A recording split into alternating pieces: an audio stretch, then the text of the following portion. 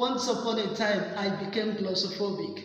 Then I was just a regular member of the Boys Brigade Nigeria. And one day the captain called me to give a speech. And the speech just talk about anything to fellow brigade members. I came out as bold as a lion. I came, took a Bible because it was to admonish them from reading a verse of scripture.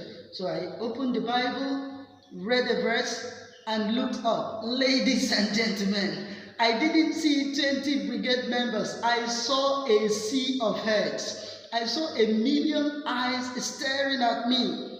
I looked down again, looked at the verse of scripture, familiar verse, looked up again, saw fellow brigade men, familiar faces, but now they had multiplied.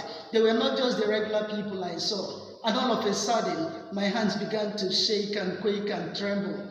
I opened my mouth to speak, no words came because my throat suddenly became constricted and dry.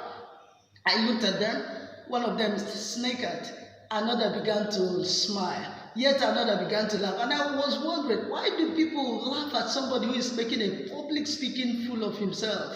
And that is what happened to me. I just blanked out.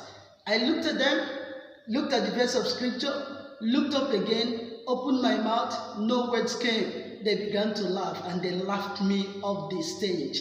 Right there and then I made up my mind, never again will I speak to any public. That's how I became glossophobic. I began to fear talking to any public. That's what glossophobia is all about. The irrational fear of talking to anyone, anybody, anytime, any place.